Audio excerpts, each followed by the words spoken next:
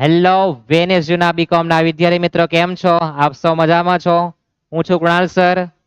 હાય hello. Chanakya commerce ક્લાસમાં આપનું સ્વાગત છે. હાય હેલો ની વાત કરીએ તો આપણે એફવાય બીકોમ સેમ 1 માં આપણે અકાઉન્ટન્સીની વાત કરી હતી. આજે આપણે એના પ્રશ્નપત્ર ભાગવાના છે કે પરીક્ષામાં પ્રશ્નપત્ર કેવું આવે. દાખલા આપણે થોડા ઘણા જોયા છે, શાખાના પણ દાખલા આપણે મોટા જોયા છે અને કંપની રૂપાના દાખલા પણ જોયા છે. ટૂંકા અને મોટા દાખલા બધું જ જોયું છે. હવે પ્રશ્નપત્રમાં કેવી રીતના પ્રશ્નપત્ર આવે, તમારે કેવી રીતના પ્રશ્નમાં સમય ફાળવવાનો, એની પણ આપણે ચર્ચા આ લેક્ચરમાં કરવાના છે. તો સૌપ્રથમ તો તમારું જે પ્રશ્નપત્ર આવવાનું છે એમાં ટાઇટલ, આ જે પેપર છે એ એપ્રિલ 2025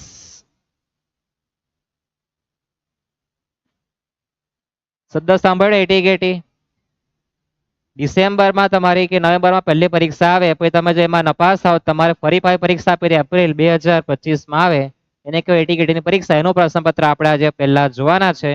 આપણે થોડું રિવર્સ જોવાના, પહેલા 25 પછી 24 નું પેપર જોવાના છે ડિસેમ્બરનું, પછી આગળ રીતના રિટર્ન જોવાના છે. ઓકે, તો પેપરનું નામ જો ફર્સ્ટ સેમેસ્ટર લખેલું હોય financial account level 2, English version પહેલા આપેલું છે. ઇંગ્લિશ મીડિયમ વાળા માટે પહેલો ઓપ્શન છે. તમે ગુજરાતી મીડિયમમાં પણ તમારા માટે ઓપ્શન આપવાના છે પાછળથી. ક્યાં છે એ પણ આપણે લઈ આવીએ.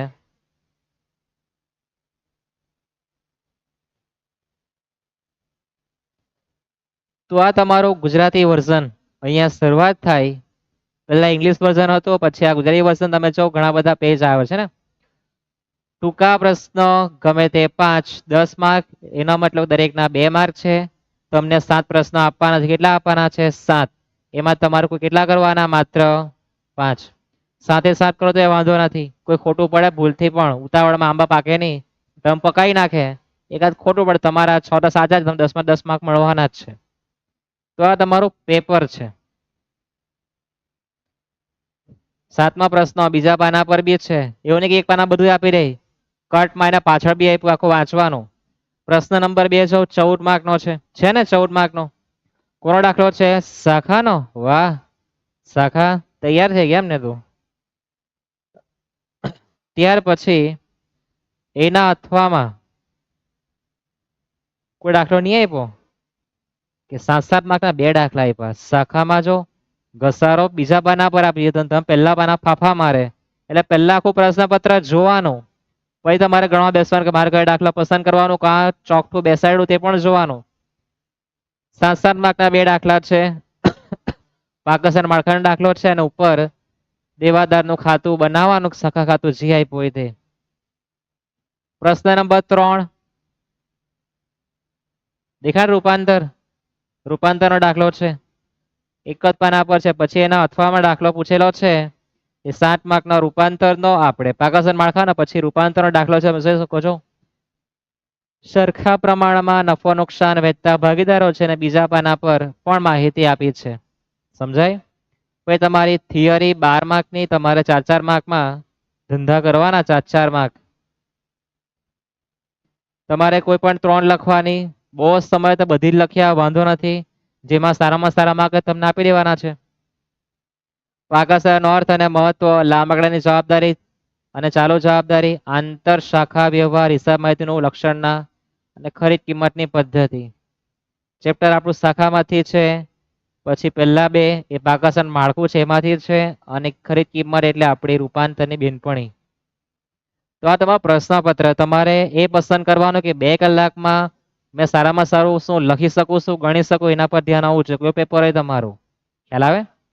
તો આપણે સૌપ્રથમ કયો દાખલો જોઈએ? રૂપાંતરનો જોઈએ, શાખા જોઈએ કે ટૂંકા દાખલા જોઈએ?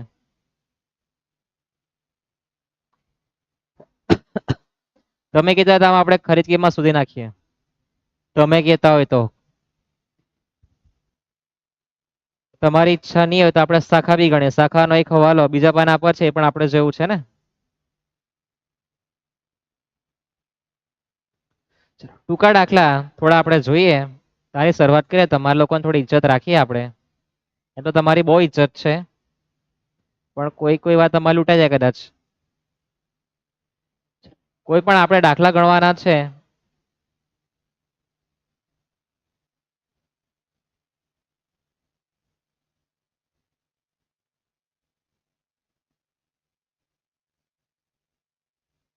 તું ભાઈ જતો રે, આટલું જ બહુ થઈ ગયું અમારા માટે.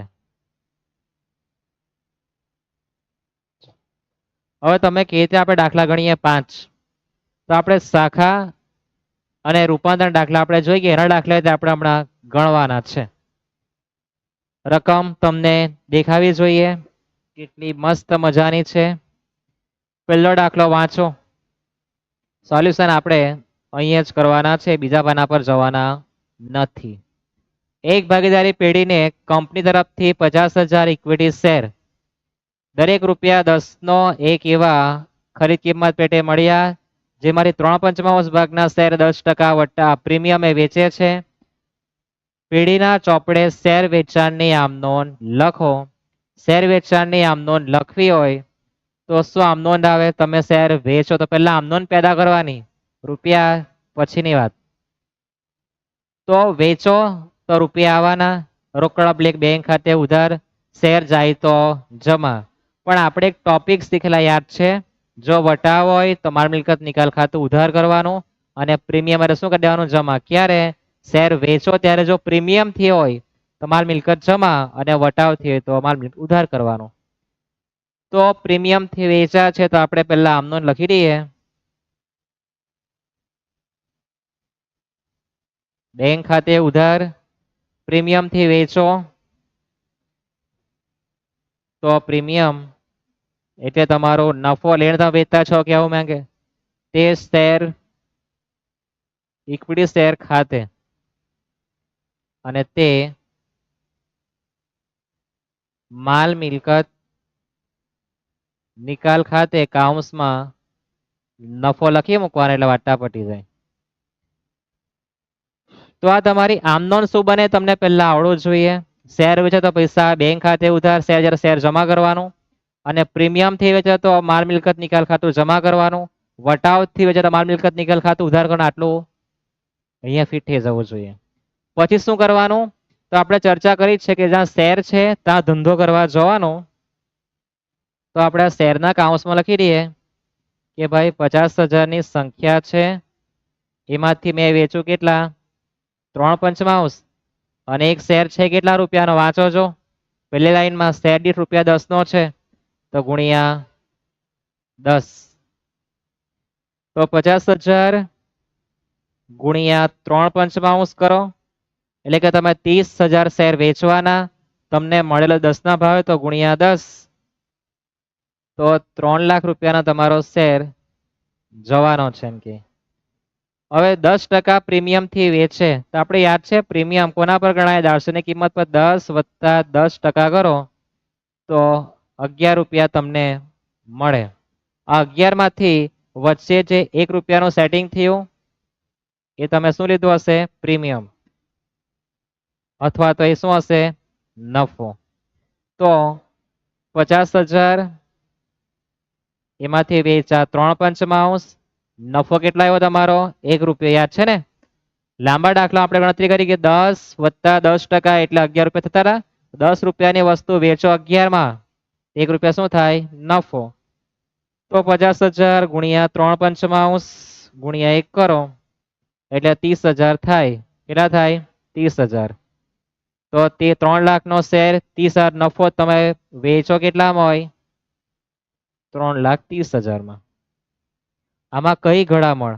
હવે કેટલાક તો એટલા બધા હોશિયાર કે 3/5 એટલે સીધા 60% જ કરી દે. સૌથી હોશિયાર તમે કેવા? 3/5 નો અર્થ શું થાય? 60% થાય. શું થાય? 60%. તો તમે 50,000ના 60% કરો 30,000 ગુણ્યા પછી કરી દેવાનું. પણ પહેલા કાં લખવાનું? શેરમાં લખવાનું. કેટલા રૂપિયાનો છે, પછી કેટલામાં વેચો? 10% પ્રીમિયમ, તો દાર્શનિક કિંમત વત્તા 10% પ્રીમિયમ એટલે 11ના ભાવ વેચવાના. તો ₹10ની વસ્તુ 11 છે તો નફો કેટલો થાય? ₹1. તે નફો તમારે ગુણ્યા કરવાનો માલ મિલકત નિકાલ ખાતામાં. યાદ રહેશે? આ થોડું આપણે સુપર ફાસ્ટ જેવું છે અને થોડું એડવાન્સ જેવું છે.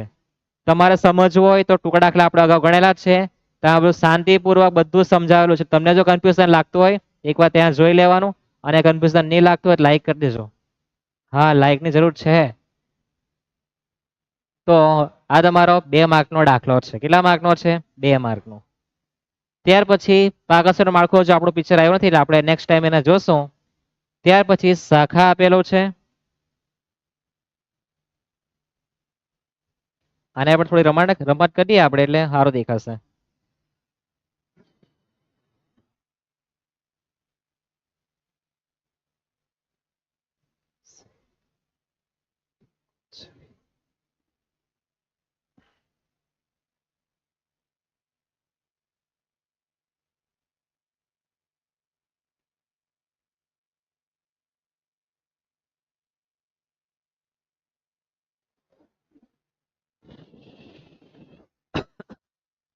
રકમ જો નંબર 3 શાખાનો દાખલો છે.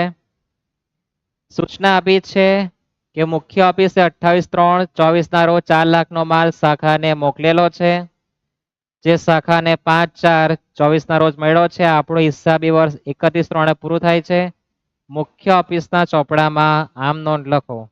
આ દાખલો રેગ્યુલર પરીક્ષામાં એટલે કે માર્ચ એપ્રિલમાં નહીં, પણ તમે જ્યારે પહેલી પરીક્ષા આપો ડિસેમ્બરમાં નવેમ્બરમાં જ્યારે આવે ત્યારે આપો ને, તો છેલ્લા 3 વર્ષથી આ પ્રશ્ન આવ્યો નથી. તો સૌથી મોસ્ટ ઇમ્પોર્ટન્ટ દાખલો છે આ.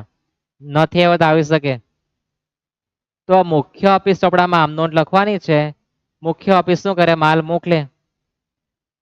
હિસાબી વર્ષ 31/3 પૂરું થતું છે, તો આપણે હેડિંગ આપી દઈએ મુખ્ય ઓફિસના ચોપડે આમ નોંધ.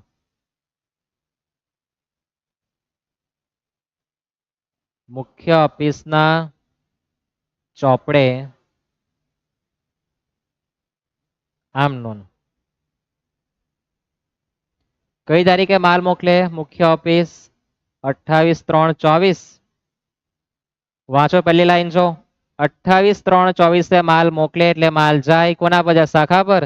તો શાખા પર આવે તો શાખા ખાતે ઉધાર તે શાખાને મોકલેલ માલ ખાતે રૂપિયા કેટલા છે? 4 લાખ.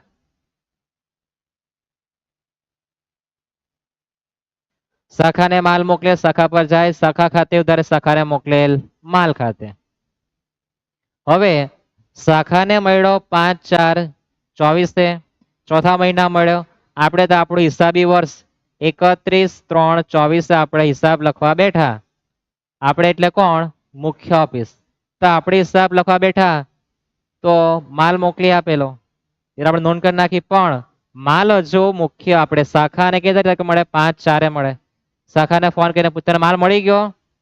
ફોન કરીને કે વાત કર તમારે. ના ના મુખ્ય ઓફિસ મારો માલ, તમારો માલ નથી મળ્યો. તો ફોન પર તમારો વાત કર તમને કે શાખા કે મને માલ મળ્યો નથી, તો આપણે માલ ક્યાં હશે? હજુ રસ્તામાં જ ને. તમે મોકલી આપ્યો એની પર પહોંચ્યો નથી, તો માલ ક્યાં છે? રસ્તામાં. માલ રસ્તામાં હોય તેને શું કહેવાય? માર્ગસ્થ માલ. યાદ રહેશે. તમે માલ મોકલો મુખ્ય ઓફિસ, તમે પોતે મુખ્ય ઓફિસ છો, તમે માલ મોકલો, માલ જવાનો, હજુ માલ પહોંચ્યો નથી. કોની પર? શાખા પર. તો નથી પહોંચ્યો, રસ્તામાં જ છે. રસ્તામાં જે માલ હોય એના માટે શબ્દ છે માર્ગસ્થ માલ. યાદ રહેશે. જે માલ હજુ રસ્તામાં છે તેવા માલને શું કહેવાય? માર્ગસ્થ માલ. તો તમારે લખવાનું માર્ગસ્થ માલ ખાતે ઉધાર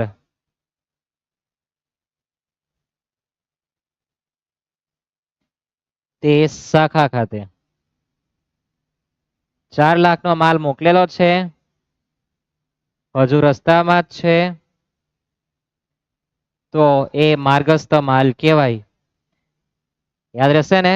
જે માલ રસ્તામાં જ છે, હજુ તમારા સુધી પહોંચ્યો નથી, એને શું કહેવાય? માર્ગસ્થ માલ. રસ્તામાં જે માલ હોય તેને માર્ગસ્થ માલ કહેવાય. યાદ રહેશે ને. તો આ તમારું આમ નોંધ હતી. હવે શાખા પર તો માલ પહોંચ્યો જ નથી એટલે શાખા કોઈ નોંધ કરવાની પણ નથી. અને આપણને માત્ર મુખ્ય ઓફિસ આમ નોંધ પૂછે, આપણે આમ નોંધ લખાઈ ગઈ મુખ્ય ઓફિસમાં આટલી જ આવે. જો શાખા લખવા કે તમને પરીક્ષામાં પૂછે કે શાખાના ચોપડે પણ આમ નોંધ લખો,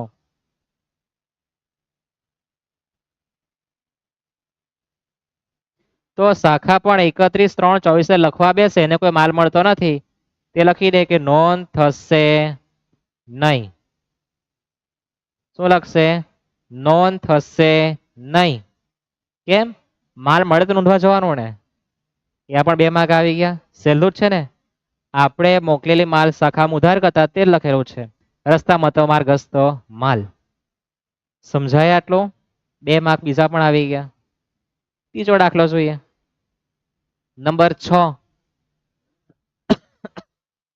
તમને ફર્નિચરની બાકી આપી. શાની આપી? ફર્નિચરની બાકી આપી. કે ભાઈ તારીખ 1/4/23 ના રોજ ફર્નિચરની બાકી આપી હતી 1/88, શાખાએ 1/10/22 મોકલેલું છે. 31/3/24 તમારે વાર્ષિક 12% એટલે કે સીધી લીટીની પદ્ધતિએ ઘસારો ગણવાનો છે. 31/3/24 ના રોજ મુખ્ય ઓફિસના ચોપડામાં આમ નોંધ લખો. 31/3/24 એટલે આખરની બાકી કહેવાય. 1/4/23 શરૂઆતની કહેવાય. આવું છે. 31/3/24 એટલે તમારે તમે જે શાખા ખાતું બનાવો, શું બનાવો? શાખા ખાતું બનાવો. એમાં શરૂઆતનું ફર્નિચર તમે અહીંયા લખવાના અને છેવટનું ફર્નિચર. આગળ તારીખનું 1/4/23. આ કઈ તારીખનું આવે? 31/3/24 નું. તો 31/3/24 તમારે અહીંયા જે બાકી આવે એને તમને આમનોંધ પૂછી. તો શું આમનોંધ લખાય આની? શાખામાં કા લખવાના? જવા બાજુ તાને ઉધાર. તો પહેલા આપણે આમનોંધ લખી દઈએ.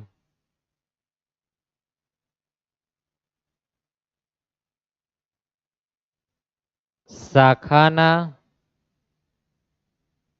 આખરના ફર્નિચર ખાતે ઉધાર, તે શાખા તારા ખાતે, તે શાખા ખાતે. રૂપિયા દેખી લઈએ જે હોય તે. તો ફર્નિચર આપણને મોકલેલું છે કઈ તારીખે? વાંચો. 1/10/22. તો તારીખ 1/10/22 ફર્નિચર આપણને મોકલેલું હતું. કેટલા રૂપિયાનું તે ખબર નહીં, તો આપણે 100 ધારી લેવાનું. 1/10/22 ફર્નિચરની રૂપિયા રકમ નથી ખબર, તો આપણે 100 ધારી લેવાનું. કઈ પદ્ધતિએ ઘસારો ગણાય? સીધી લીટીએ. તો આપણે ઘસારો 31/3/23. ઘસારો વર્ષના અંતે ગણાય, ખબર ને? આપણું હિસાબી વર્ષ પૂરું થાય 31/3, પછી ગમે તે હોય, બરાબર. 31/3 આપણું પૂરું થવાનું છે. તો 31/3/22 પછી 23 આવે તો 24 નથી આવતું. કેટલા આવે? 23. તો આપણે એના પર ઘસારો ગણીએ. શું ગણીએ? ઘસારો. તો આપણને સીધી લીટીએ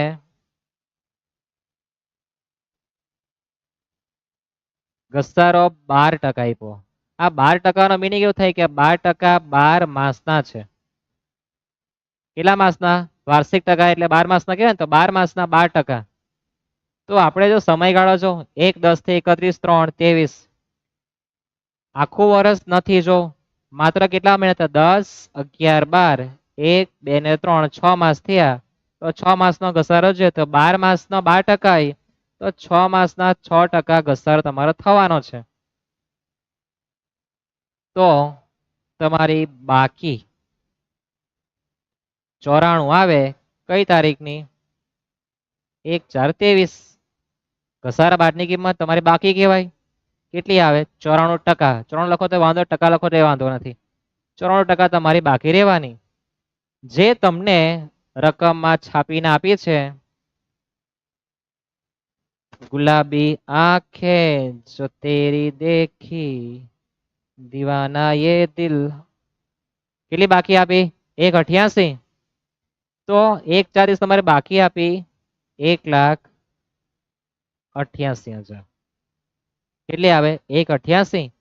હવે તમે ઘસારો ગણવાના કઈ તારીખે? 31/3/23 પછી 24 તમે ઘસારો ગણવા જાઓ. કેટલો ઘસારો ગણો? હવે તમે 12% જ ગણો ને. તો કેટલા આન્સર આવે? તો ક્રોસ ગુણાકાર કરી દેવાનો. શું કરી દેવાનું? ક્રોસ ગુણાકાર. 94 1/88, ટકાને ભૂલી જાઓ. 94 1/88 પદ મૂકી દેવો જોઈએ. તો 94 1/88, તો 12 કેટલા? પદ મૂકી દેવાનું. પછી તમને ક્રોસ ગુણાકાર કરતા આવડે ને? 188 ભાગ્યા 94 ગુણ્યા 12 એટલે 24,000 રૂપિયા તમારો ઘસારો આવે. એ બાદ કરી દેવે 188 માંથી તો તમારી છેવટની બાકી 164 આવે. તમારે ઉપર અહીંયા 164 લખવા પડે. કેટલી બાકી આવવાની? 164. હવે જે મોકલેલું છે તે કેટલા ટકા તે તો તમારે શોધવું હોય તો કેલ્શિયમ 188 ભાગ્યા 94 188 ભાગ્યા 94 ગુણ્યા કરી દેવાનું 100. તો તમે જે મોકલેલું છે એ 2 લાખનું હશે. એના પર ઘસારો કેટલા ટકા ગણાય? 12%. તો 2 લાખના 12% ઘસારો થાય 24,000. ખ્યાલ આવ્યા? થોડું વિચિત્ર છે. 11મું તમે સારું શીખાય ઘસારો તો મથાવન નથી, પણ ખબર નહીં પડતી એકવાર નહીં પણ 5 વખત જોઈ લેવાનું પછી તો આવડી જવાનું છે. એટલે આ રીતે તમારે ઘસારો ગણવાનો છે અને બાકી શોધવાની. તમને માર્ક માત્ર આના જ આપવાના છે. કોના? ઇસકાઈ દેને વાલા, ઘડિયાળના 10 ની જોયા કરતા, બરાબર. આના તમને માર્ક આપવાના છે. આ તમારી ઘડામણના માર્ક નથી આપવાના. તમને આમ લહણની જેમ સોલી કાઢે. કામનું આટલું જ છે, બાકી બધું નકામું છે. પણ એ નક્કા માટે તમારું મગજ ચાલવું જોઈએ. આ ગણતરી યાદ રહેવું છે. ટકા ખબર નહીં પડતા હોય તો ટકાને ગોળી માર દેવાની. બરાબર છે? આ રીતના ગણતરી કરવાની છે. કોઈની ઈચ્છા મારી યંત્ર ખાતું બનાવશે બનાવી દે, વાંધો જ નથી. તને સમજ પડવી જોઈએ, એ જ મહત્વનું છે. ખ્યાલ આવે? તો આટલા 3 દાખલા આપણે જોયા. પછી વચ્ચે થિયરી પૂછી, ચાલુ પેઢીનો ખ્યાલ. મોસ્ટ ટાઈમ પરીક્ષામાં પૂછે જ. ચાલુ વગર તો મજા જ નહીં આવે. ચાલુ વગર તો ચાલુ તો જોઈએ જ. પછી ચાલુ પેઢી હોય, ચાલુ પોયરો હોય, પોરી હોય, ગમે તે હોય, ચાલુ તો જોઈએ જ, તો જ મજા આવે. ત્યાર પછી નંબર 7, અડધું આ પેજમાં અડધું બીજા પેજ પર છે. આપણે એને હમણાં લેટ ગો રાખીએ. હવે આપણે દાખલો જોઈએ શાખાનો.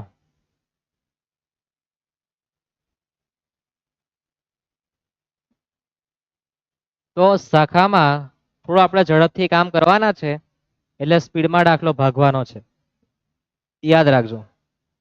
આ પેજ પર આપણે શાખાને પણ ઉચકીને લાવવાના છે. પહેલા થોડા આપણે સેટ કરી દઈએ એને.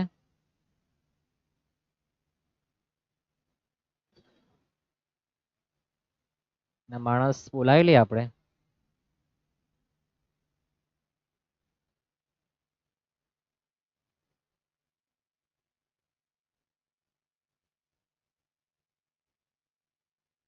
અહીંયા આપણો શાખા બાજુમાં બની જવાનું છે. ઘસારો બીજા પાના પર છે, ખબર છે ને? વાંચો રકમ. ઘસારો બીજા પાના પર છે. બીજું પાન આપણે શોધી લાવીએ ને તો પછી ખોટું અટવાયા કરવું આપણે. અહીંયા જ છે.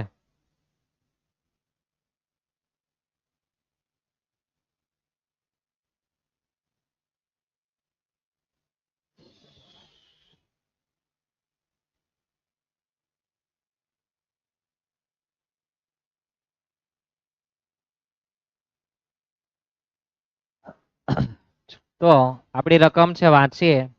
અડધો કલાકમાં કરી નાખો. કેટલા? અડધો કલાકમાં. સ્પીડમાં ભાગવાના છે. અમદાવાદની રાજવીર વડોદરામાં એક શાખા ધરાવે. મુખ્ય ઓફિસ તરફથી પડતર વત્તા 33%. તો પડતરના 33% આપેલા. કેટલા ટકા છે પડતરના? 33%. પડતર એટલે મૂળ કિંમત કહેવાય તો ભરતીય કિંમતના કેટલા થાય? 25%. કેટલા ટકા થવાના છે ભરતીય કિંમતના? 25%. સમજાયું? ભરતીય કિંમતનું બીજું નામ વેચાણ કિંમત છે.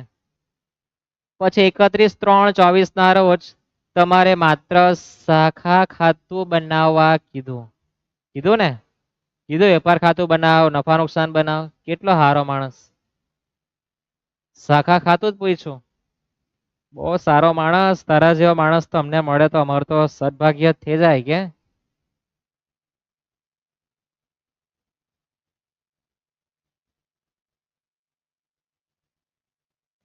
તું ભાઈ આવી જવા ને. નહીં આવતો હોય તો પછી આપણે સેટ કરવું પડે. કઈ બીજા પાના પર લખી દઉં. ચાલો.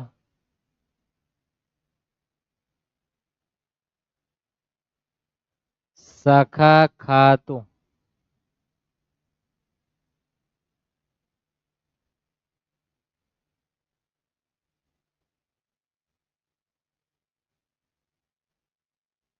વિગત, રૂપિયા, વિગત અને રૂપિયા.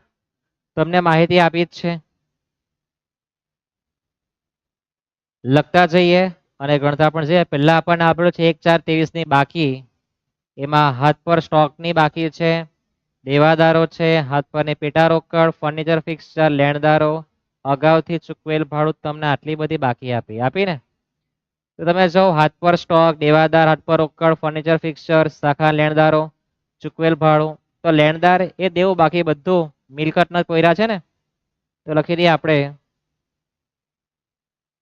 બાકી આગળ લાવ્યા. કોની? મિલકતની. પેલું છે સ્ટોક. ભરતિયા કિંમત એ છે કેટલો? 80,000. ત્યાર પછી દેવાદારો છે 10,000. ત્યાર પછી પેટા રોકડ છે 800 રૂપિયા. ફર્નિચર છે કેટલું છે? ફર્નિચર 12,000. ત્યાર પછી લેણદારો એ સામે લખવાનો, બાકી આગળ લાવ્યામાં.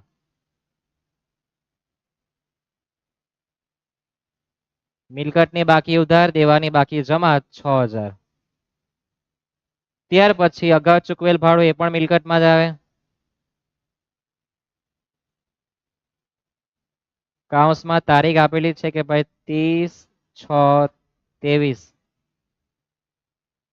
800 રૂપિયા. એટલે આમાં બકરું તો તમને પૈસા લૂટ છે, બરાબર ને? તો આટલું તમને આપેલું છે. પછી શાખાને મોકલેલ માલ છે, શાખાએ રોકડ વેચાણ છે, શાખાએ ઉધાર વેચાણ છે, ગાલખાત છે, દેવાદાર છે. આ દેવાદારનું ઘણું બધું પિક્ચર આપ્યું. એનો મતલબ કે દેવાદારના ખાતામાં કંઈ તેવું હશે તમને જે શોધવા કીધું હશે. કીધું હશે ને? આગળ વાંચો. દેવાદારના આપેલ વટાવ છે, રોકડ છે, શાખા દ્વારા ઉધાર રોકડ ખરીદી આપી. શાખા દ્વારા રોકડ ખરીદી સૂચના મુખ્ય ઓફિસ સૂચનાથી આપી દીધી. ચલો, આ નવા ટોપિક છે. ત્યાર પછી લેણદારોને રોકડમાં ચુકવણી. વર્ષના અંતમાં લેણદારો મુખ્ય ઓફિસ દ્વારા 1 વર્ષનું ભાડું, પગાર, વીમો, શાખા ચૂકવેલા ખર્ચા, પેટા ખર્ચા આપેલા છે. અને 31/3/24 ના રોજ પડતર સ્ટોકની બાકી, લાખોની બાકી પણ આપી. તો આપણે લખી દઈએ બાકી આગળ લઈ ગયા.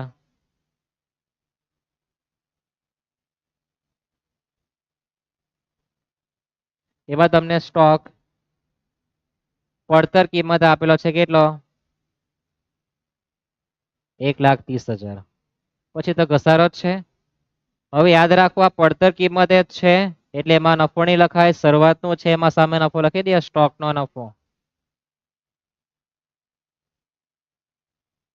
25% એટલે 20,000. 80,000 ના 25% થવાના 20,000. તો દાખલામાં તમને લેણદાર અને દેવાદારની ઘણી બધી માહિતી આપી છે.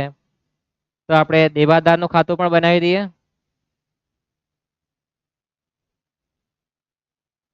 અને લેણદારનું ખાતું બનાવી દઈએ.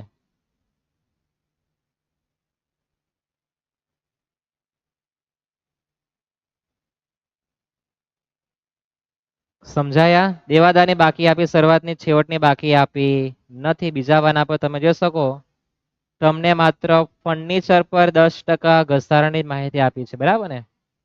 તો આપણે ચર્ચા કરી ગયેલા કે જેટલા જન્મે એટલા બધા મૃત્યુ પામે. તો આ સ્ટોક પણ જન્મશે, એ પણ મૃત્યુ પામશે.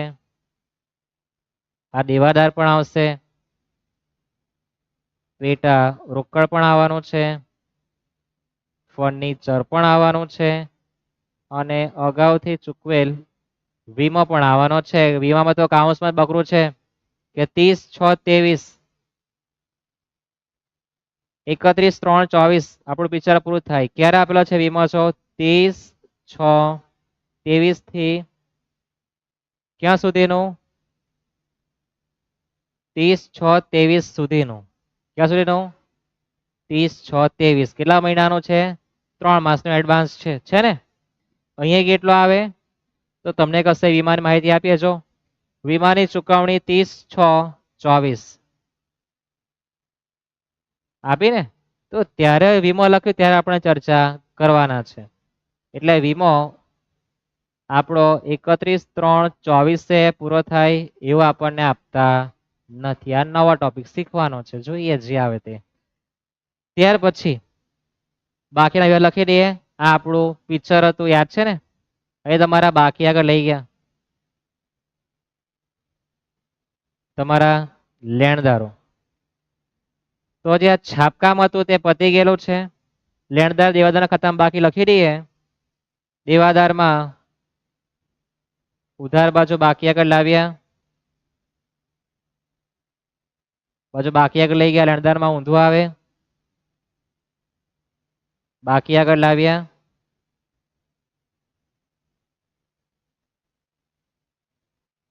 આ તો બહુ મજા નહીં આવે ને, બદલી નાખીએ.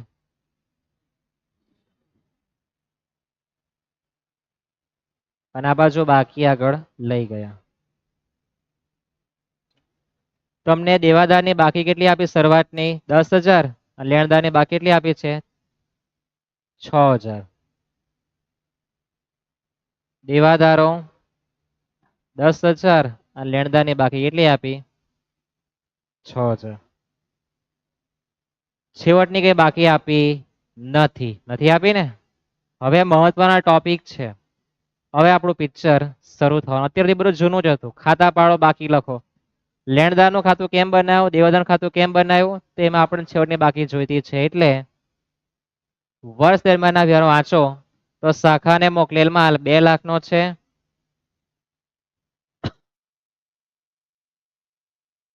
તો મોકલેલ માલ 2 લાખનો. સૂચના કઈ નહીં આપી તો એવો મતલબ કે નફો ચડાને માલ મોકલે એટલે ભરતી કિંમત જ કહેવાય. તો સામે મોકલેલ માલનો નફો 2,25,000 એટલે 50,000. કેટલા? 50,000. ત્યાર પછી શાખાએ કરેલ રોકડ વેચાણ શાખામાં શું થાય? જમા થાય ને. રોકડ વેચાણ 1,50,000. શાખાએ કરેલું ઉધાર વેચાણ 1 લાખ છે. ઉધાર વેચાણ ક્યાં લખાય? દેવાદારમાં ઉધાર બાજુ અને વેપાર ખાતામાં જમા બાજુ. વેપાર ખાતું બનાવ્યું નથી. કેટલો છે ઉધાર વેચાણ? 1 લાખ. તો ઉધાર વેચાણ લખવાનું કેટલું? 1 લાખ. ખ્યાલ આવે? ઉધાર વેચાણ ક્યાં લખાય? દેવાદારમાં ઉધાર, વેપાર ખાતામાં જમા. આપણને વેપાર ખાતું બનાવવા કીધું નથી. આગળ જઈએ. ગાલખાત માંડીવાળી 600 રૂપિયા, વટાવ 1200 રૂપિયા, બધું ક્યાં આવે? દેવાદારના ખાતામાં.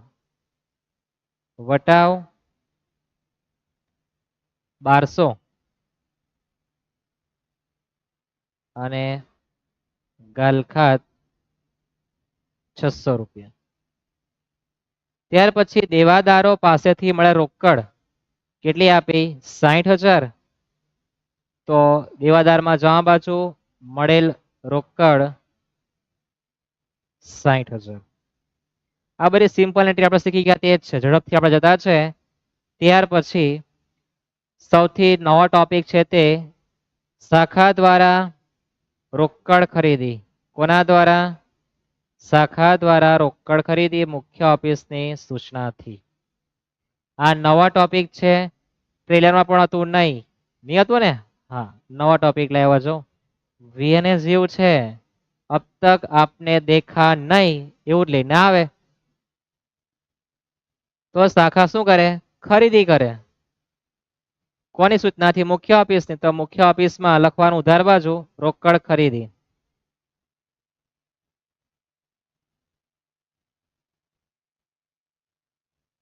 કેટલી ખરીદી કરી છે? 80,000ની.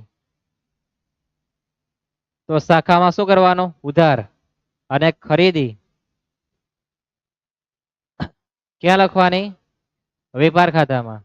લેણદારના ખાતામાં શું આવે? તો ઉધાર ખરીદી નોંધ કરવાની. આ લેણદારના ખાતામાં અહીંયા તમારી ઉધાર ખરીદી આવવાની છે. રોકડ ખરીદી કોને કહેવાય? તો તાત્કાલિક રૂપિયા આપીને ખરીદી કરો તે રોકડ ખરીદી, અને બાકી રાખો તે ઉધાર. ઉધારમાં લેણદાર જન્મ્યા 11માં તમે શીખીને આવ્યા છે એટલે આપણે ચર્ચા કરતા નથી, કે આપણે સમય બચાવવાનો છે ને. તમારી ઈચ્છા પૂરી કરી દે? હા, જોઈ લો. ચાલો, જે વ્યક્તિ પાસેથી આપણે ઉધાર માલ ખરીદી આપણા માટે વેપારી કહેવાય, એને લેણદાર કે ખબર છે ને? હા, લેણદાર કઈ બાકી આવે? જમા, એટલે જમા બાજુ આપણી ઉધાર ખરીદી આવવાની છે. અથવા દેવાદાર નું આખું ઓપોઝિટ કરી દેવાનું. શું કરી દેવાનું? દેવાદાર નું આખું ઓપોઝિટ. દેવાદાર માં યાદ છે ને બધું? હા, તેના કરતા આખું ઊંધું લખવાનું એમાં. યાદ રહેશે આ?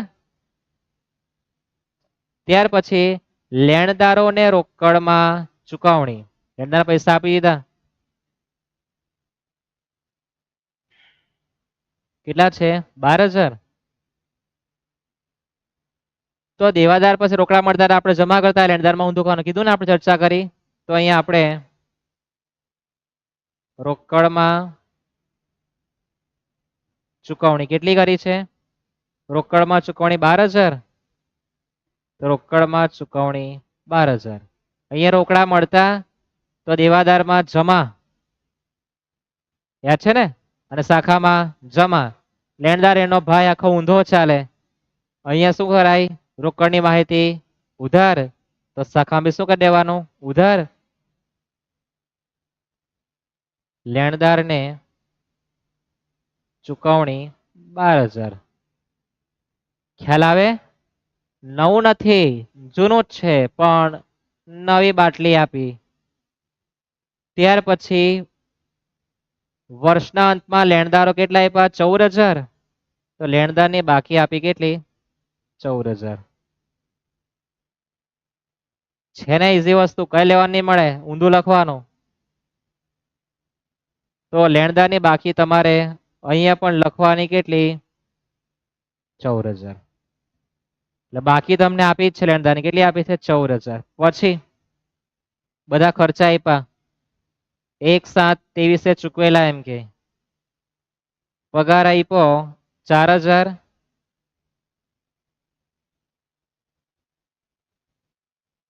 ત્યાર પછી વીમો છે, કાઉન્સમાં બકરું આપેલું છે. 30/6/24 પૂરું થાય એટલે એડવાન્સ વીમો કહેવાય. યાદ છે ને ગણવાનું? વીમો કેટલા રૂપિયાનો છે આપણો? વીમો 6,000. ના ના ના, થોડું આમ તેમ છે. ઉપર તારીખ છે 1 વર્ષનું ભાડું ચૂકવ્યું 1/7/23 ના રોજ, એટલે પગારની રકમ તો 6,000 છે. લખવામાં થોડી ભૂલ છે, આપણે સુધારો કરી દઈએ.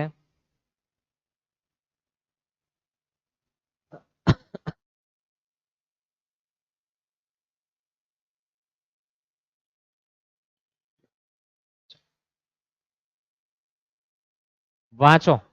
મુખ્ય ઓફિસ દ્વારા ચુકવણી 1 વર્ષનું ભાડું 1/7/23 ના રોજ કેટલું? 4,000 છે. તો એ તમારે લખવાનું છે ભાડું. સૌ પ્રથમ ભાડું લખવાનું છે 4,000. તમે એડવાન્સ ભરતા છે એટલે આપણે બાકી એક લઈ ગયા નીચે જ લખાય, પણ જગ્યાથી આપણે ઉપર સેટ કરતા છે. અગાઉથી ચૂકવેલ ભાડું એની પણ આપણે ગણતરી કરી દઈએ 4,000. હવે ચૂકવ્યું ક્યારે? 1/7/23. ગણતરી આપણે નીચે જોઈ લઈએ. 1/7/23 થી 1 વર્ષનો, તો 1 વર્ષ એટલે એનું વર્ષ ક્યારે પૂરું થાય? 30/6/24. મારે તો પિક્ચર ક્યારે પૂરું કરવાનું? 31/3/24. તો કેટલા મહિના આપણે આગળ પહોંચી ગયા? ચોથો, પાંચમો અને છઠ્ઠો. તો આપણે 3 માસનું એડવાન્સ ભાડું ભરલું છે, એટલે કે 4,000 ગુણ્યા 3/12 કરો તો 1,000 રૂપિયાનું આપણે એડવાન્સ ભાડું ભરલું કહેવાય. આપણું પિક્ચર ક્યારે પૂરું થાય? 31/3/24. આપણે ક્યાં પહોંચી ગયા? 30/6/24 તો 3 માસનું જે એડવાન્સ ભર્યું છે એ 4,000 ગુણ્યા 3/12 કરો તો 1,000 રૂપિયા તમે એડવાન્સ ભાડું ભરલું છે એ લખી દેવાનું સામે. પછી બાદ કરીને તમારે ક્યાં લખવાનું આવે? નફા નુકસાન આપણે બનાવ્યું નથી. સમજાયું આ? ત્યાર પછી પગાર છે 6,000. હવે જગ્યા મારી પર નથી એટલે હું થોડું સેટ કરીને લખતો છું, તમે તમારું સેટિંગ રાખજો બરાબર. પગાર 6,000. વીમો 800 રૂપિયા છે. એમાં પણ તારીખ આપી 30/6/24. આમાં આપણે તારીખ બનાવી કા ભાડામાં? અહીંયા સીધું લખવાનું છે. વીમા માટે સૂચના છે કેટલા? 800 રૂપિયા. 800 ગુણ્યા 3/12 તો એ 200 રૂપિયા આવવાના છે. 3 ચોક 12, 800 ભાગ્યા 4 એટલે 200 રૂપિયા. ગણાય? સુપરફાસ્ટ તો થોડું છે જ હવે. ત્યાર પછી શાખાએ કરેલ ચુકવણી પેટા ખર્ચના 400 રૂપિયા. તો લખી દેશો મોકલેલ પેટા રોકડ 400 રૂપિયા. વિગત મારી થોડી નીચે પહોંચી ગયેલી છે. 400 રૂપિયા લખજો મોકલેલ પેટા રોકડ. ત્યાર પછી સ્ટોકની કિંમત આપણી આવી ગઈ છે. આવી ગઈ છે ને? એટલે શાખા ખાતું જ બનાવવા કીધું પણ સાથે કેટલું બધું આવ્યું તમે લોકો જોયો. લેણદાર આવી ગયો, દેવાદાર અંદર એન્ટ્રી મારી ગયો. હવે આપણો જે ઘસારો આપણે બાકી રાખ્યો છે યાદ છે? 10% ઘસારો ગણવાનો છે. આપણે અહીંયા જ ઘસારો ગણી દઈએ. શરૂઆતનું ફર્નિચર કેટલાનું છે? 12,000નું. તો એ 12,000 છે. એના પર 10% ઘસારો એટલે 1200 રૂપિયા. ત્યાર પછી રસ્તામાં કઈ મોકલેલું હતું આપણને યાદ છે? કઈ મોકલેલું ફર્નિચર કઈ આપેલું છે? નથી આપ્યું ને? લખ્યું કશે આપણે? તો ઘસારો ક્યાં લખાય? નફા નુકસાન ખાતામાં ઉધાર બાજુ. શાખામાં લખાતો નથી. 12,000 નું હતું, 1200 રૂપિયા કાઢી નાખો તો કેટલા આવે? 10,800. એલસી વાપરશો એ રીતના 12,000 ગુણ્યા 10% એટલે 1200. હા સાચું. માઇનસ 10% એટલે બાદ કરી દેજો એટલે તમારા આન્સર આવે. આવે ને? આ તો મૂર્ખાનો ધંધો છે. કોનો છે? કેલ્શિયમ વાપરવાનો. મોઢે મોઢે જ ગણાતું છે. કેટલા આવે? 10,800. આ તમારી ફર્નિચરની છેવટની શું કહેવાય? બાકી 10,800. તો ફર્નિચરની બાકી તમારી 10,800. તો તમારી બધી માહિતી અહીંયા પૂરી થઈ. જેટલા જન્મેલા એમાંથી કેટલા આવી ગયા અને કેટલા નથી આવ્યા એકવાર જોઈ લેજો. તો એક તો બાકી રહી ગયું તે દેવાદારની બાકી છે. પેટા રોકડની બાકી છે. તો તમારે પેટા રોકડ ખાતું પણ બનાવવું પડે. બનાવવું પડે ને?